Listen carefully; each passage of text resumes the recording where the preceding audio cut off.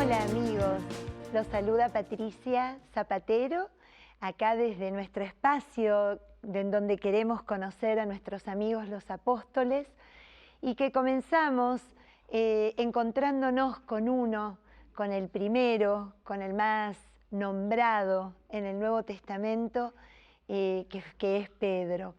Y habíamos estado viendo y un poquito charlando, así, entre comillas, con nuestro amigo Pedro, en donde nos hizo saber y nos dejó entrever las primeras sensaciones que tuvo junto a Jesús. En su primer encuentro en la barca, en su segundo encuentro en Cesarea de Filipo, donde lo nombra su piedra, donde lo nombra la piedra de la iglesia. Y hoy tiene ganas de seguir compartiendo con nosotros este itinerario de crecimiento, este camino que tuvo que ir haciendo hacia su interior para ir encontrándose con él mismo, para ir dándose cuenta que no tenía que ser nada especial, sino simplemente tenía que ser un hombre capaz de reconocer sus límites. Pedro, junto con Santiago y con Juan, son los tres que están privilegiados porque acompañan al Señor en momentos que son realmente decisivos en el Evangelio. Uno de ellos, por ejemplo, es en la transfiguración. Imagínense que Pedro nos estaría contando, así como nos contó el otro día, esa sensación que tuvo en la barca cuando le pidió al Señor que se alejara porque se considera un pecador, o en Cesarea de Filipo cuando metió la pata bien metida diciéndole a Jesús lo que tenía que hacer. Hoy nos va a contar esa sensación de satisfacción, de luz, de paz y también de temor que experimentó en el Tabor. El Tabor es un lugar tan espectacular. Si algunos de ustedes tuvieron la suerte de poder ir a Tierra Santa alguna vez, es como que casi es un lugar inolvidable. Yo recuerdo la primera vez que estuve allí hace muchísimos años, me acuerdo que fui muy temprano a la mañana y una nube muy espesa lo rodeaba por completo. Fue increíble porque casi no se podía ver nada. Y allí, caminando a través de esa nube en la cima, yo dije, wow, lo que debe haber sido experimentar esta sensación de la transfiguración del Señor, lo que deben de haber sentido. Y hoy Pedro, de alguna manera, nos cuenta lo que sintió y que un poquito también, abriendo el corazón, lo dice con un dejo de nostalgia, pero también con un poquito de vergüenza. Fíjense que el Señor, después de anunciarles la pasión que debía de padecer, debía de ir a Jerusalén, donde iba a ser arrestado, maltratado, muerto, pero que al tercer día iba a resucitar, después de ese episodio, el Señor decide, de alguna manera, llevar a Pedro, a Santiago y a Juan a este monte para mostrarles, para de alguna manera presentarles y darle como una introducción a lo que iba a ser la gloria futura.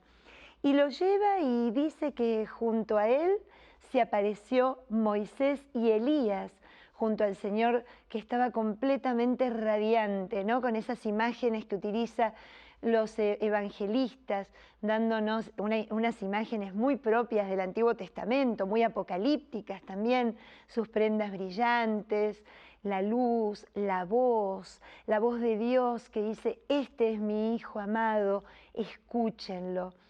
Y Pedro y Santiago y Juan dice que se postraron, imagínense, yo no quiero ni imaginar lo que debe ser ese momento, postrándose al suelo sintieron como temor, ¿no?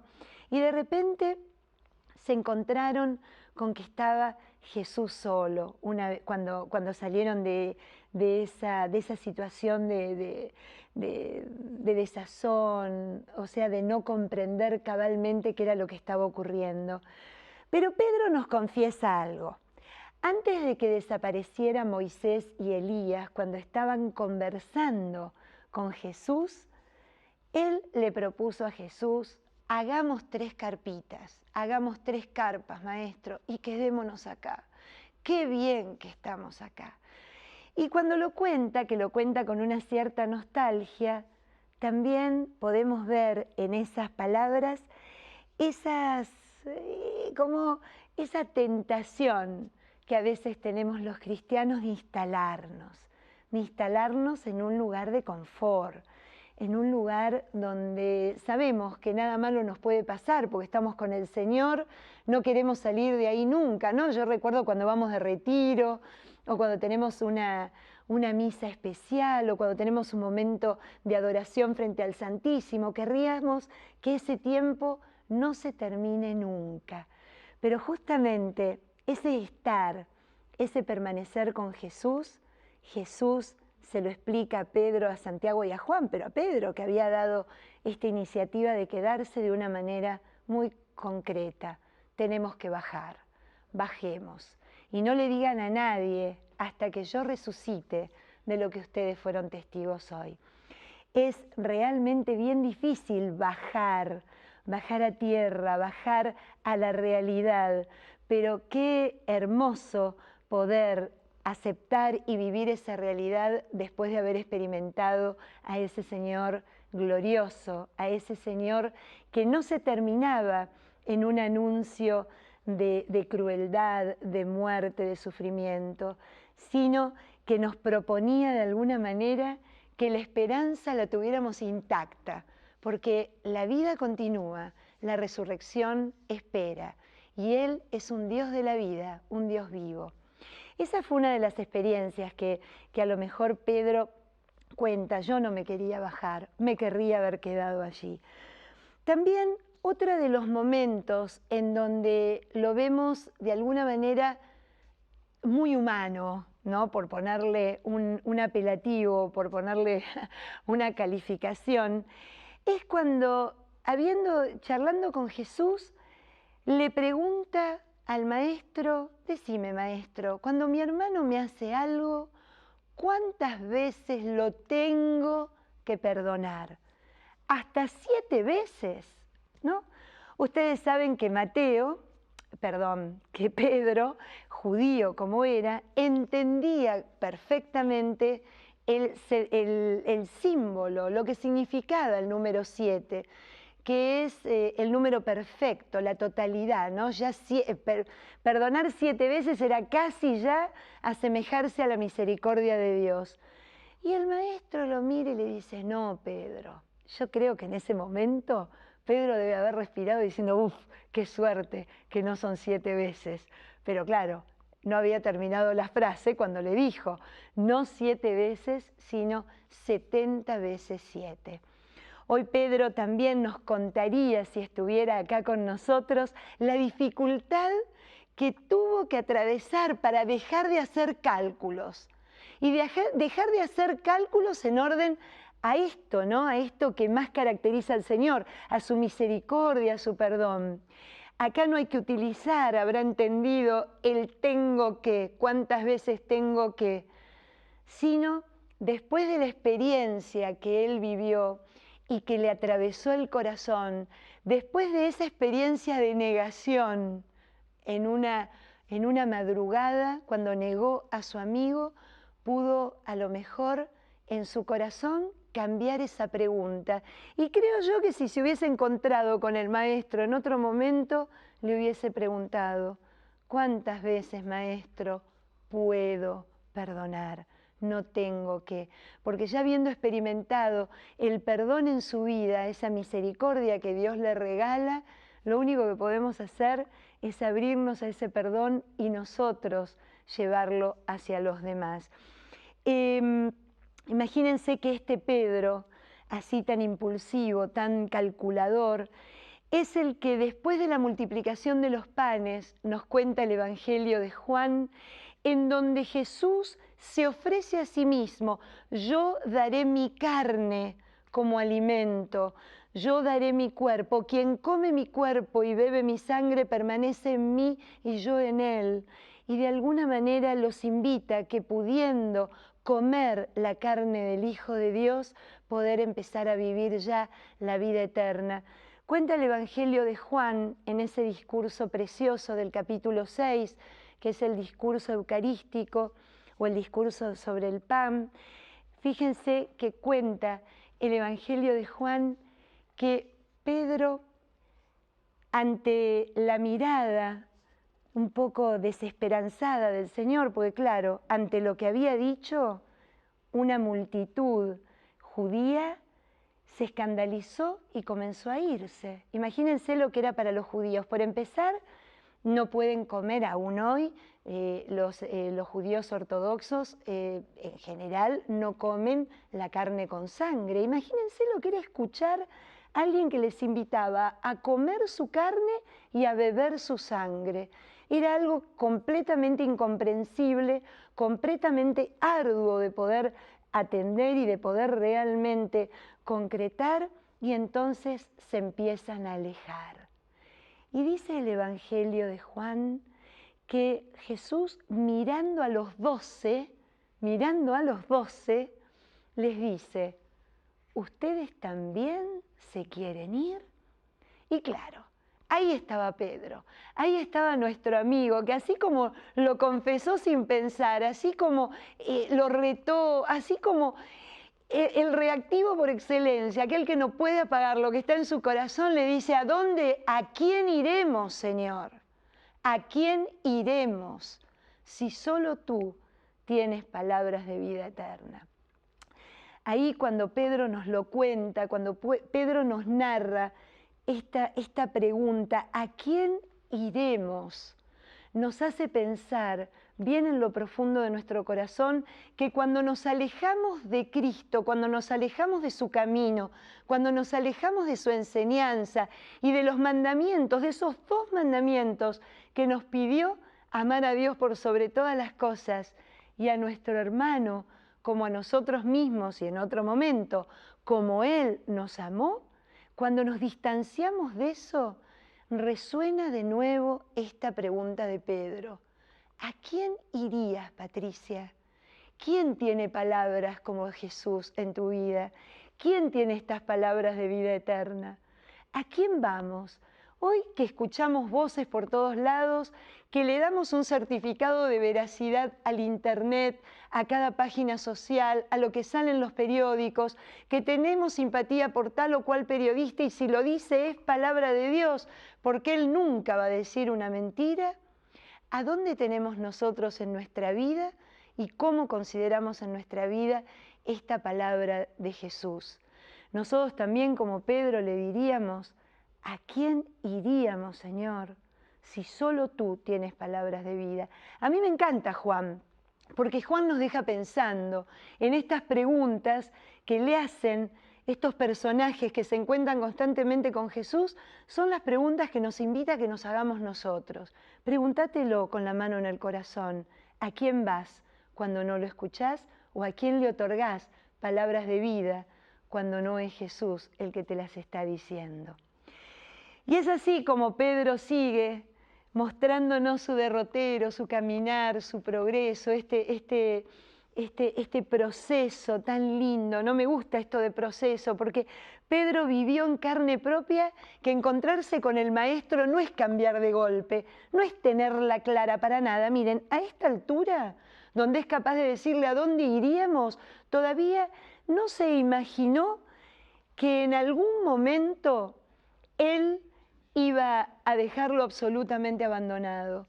Él, su amigo, la piedra, el que no quería que se fuera por más que fuera pecador, el que lo tuvo a su lado, le pagó los impuestos, el que siempre fue mirado con una consideración especial, a ese lo iba a traicionar.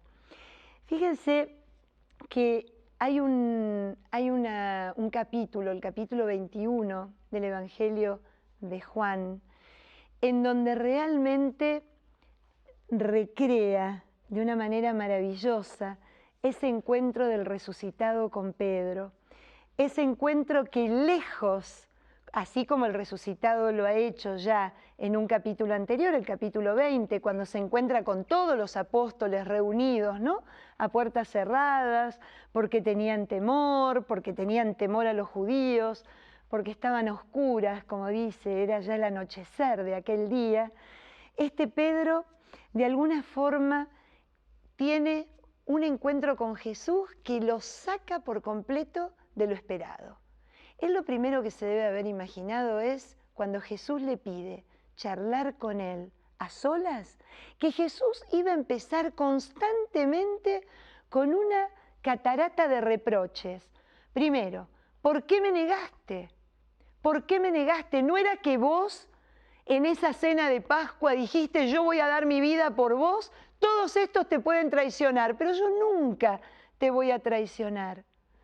¿No era que vos eras capaz de repente hasta con la violencia, de ayudarme y de tratar de protegerme? Pedro se estaría pensando, y cuando te pedí que me acompañaras a Getsemaní, en ese momento donde con el corazón en la mano y llorando ya lágrimas de sangre, sudor de sangre del dolor y del miedo que sentí, te pedí como amigo que me hagas compañía, ¿te quedaste dormido? Pedro siguió pensando.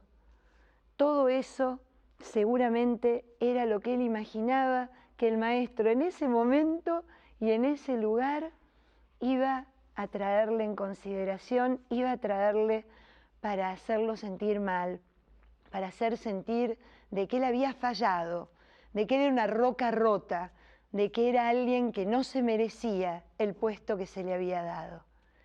Y sin embargo, en ese momento se recrea uno de los, pienso yo, que de las escenas más hermosas que tienen los 4 evangelios.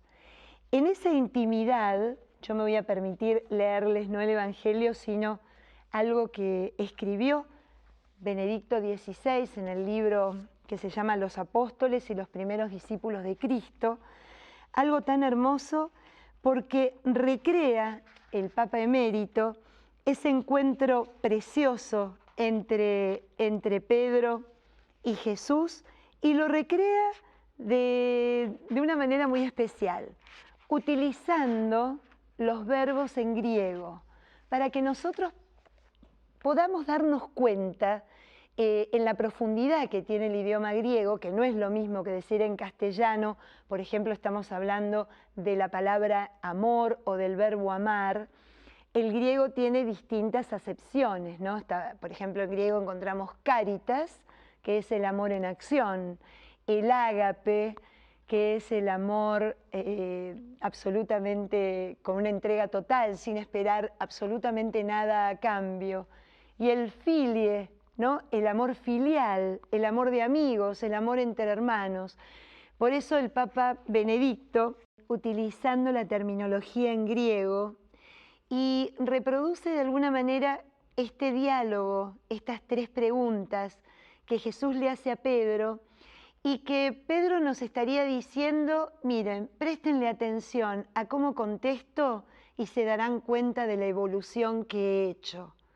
Porque si algo le pasaba a Pedro, es que Pedro tenía que contactar con su fragilidad, tenía que contactar con su limitación, tenía que contactar de alguna manera con eso que no lo hiciera sentir que era necesario ser un superhombre, alguien especial, sino simplemente él mismo.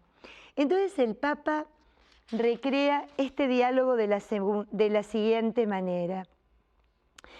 Jesús primero le pregunta a Pedro, ¿agapás-me? Antes de la experiencia de la traición, nos dice el Papa Benedicto, sin duda habría dicho, agapose, te amo incondicionalmente. Pero ahora, en este momento y en ese lugar tan especial, en el encuentro donde fue el encuentro de la primera vez, a donde pudieron encontrarse cara a cara y corazón a corazón, por primera vez ahí en ese lugar, Pedro con humildad le contesta, Señor, filó sé, te quiero. Le querría decir, como nos aclara el Papa, te amo con mi pobre amor humano.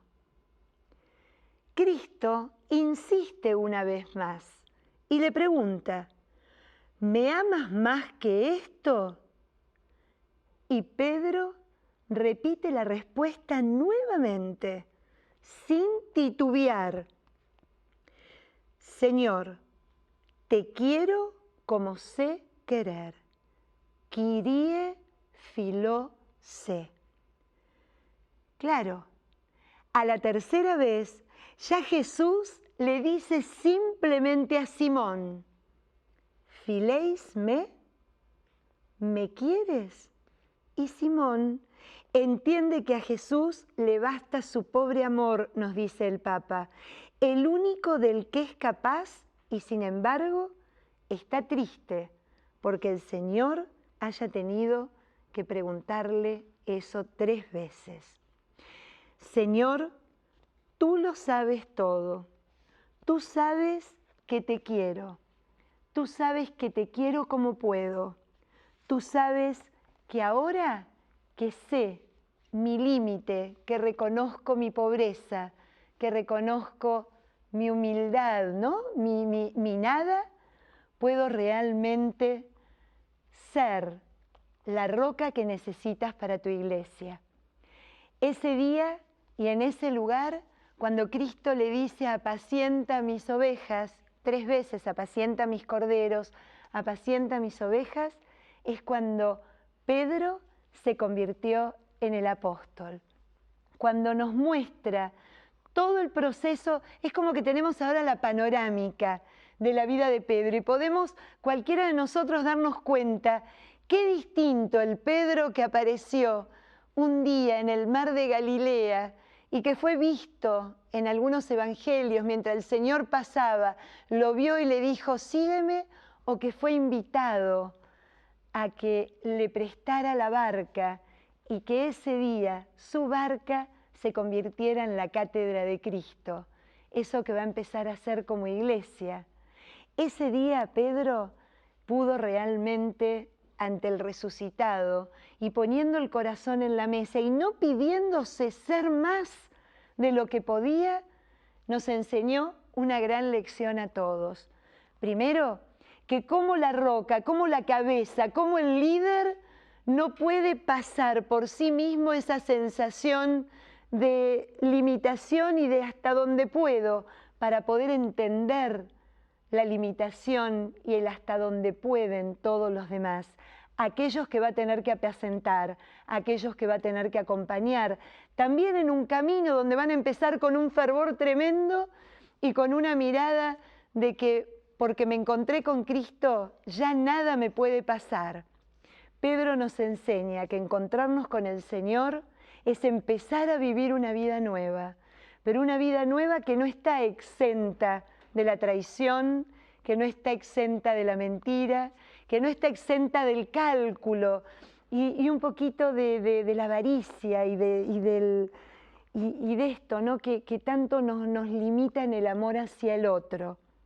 Pedro nos enseña que para poder ser líderes, para poder ser realmente los apóstoles que todos somos de alguna manera en nuestra misión apostólica en este mundo, tenemos que llevar primero que nada nuestra persona tal cual somos, aceptarnos como somos, recibirnos como somos. Justamente en lo que les decía hace un ratito, en la nueva exhortación apostólica, el Papa en un punto nos dice que un poco reconocer el límite, reconocer el hasta dónde puedo y hasta dónde realmente puedo hacer determinadas cosas es el comienzo de poder experimentar el camino a la santidad.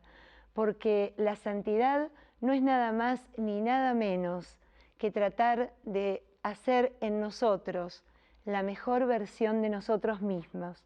Esa que soñó el Señor con Pedro, pero que lo soñó en ese encuentro de la Galilea, en ese encuentro de resucitado, cuando le dijo, ¿sabes qué? Te amo con este amor que puedo, no con ese que juraba que todo el mundo se podía venir abajo y que yo te iba a sostener.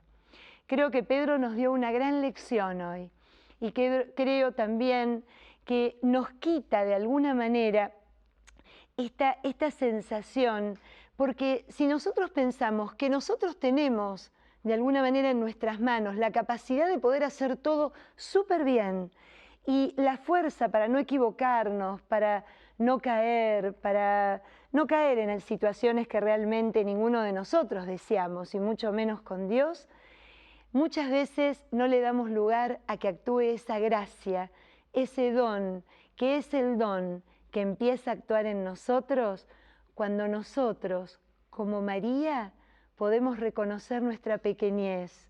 Y entonces ahí, desde esa pequeñez, el Señor puede hacer con nosotros también maravillas.